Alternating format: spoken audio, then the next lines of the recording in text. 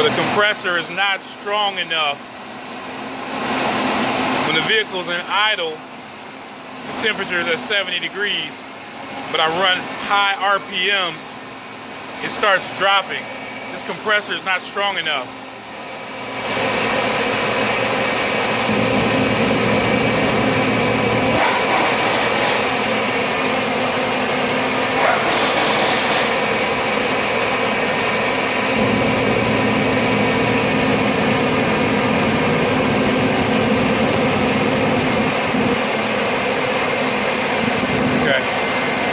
Still ain't dropping.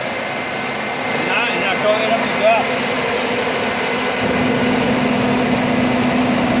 I gotta go back over there and tell them, basically, hey,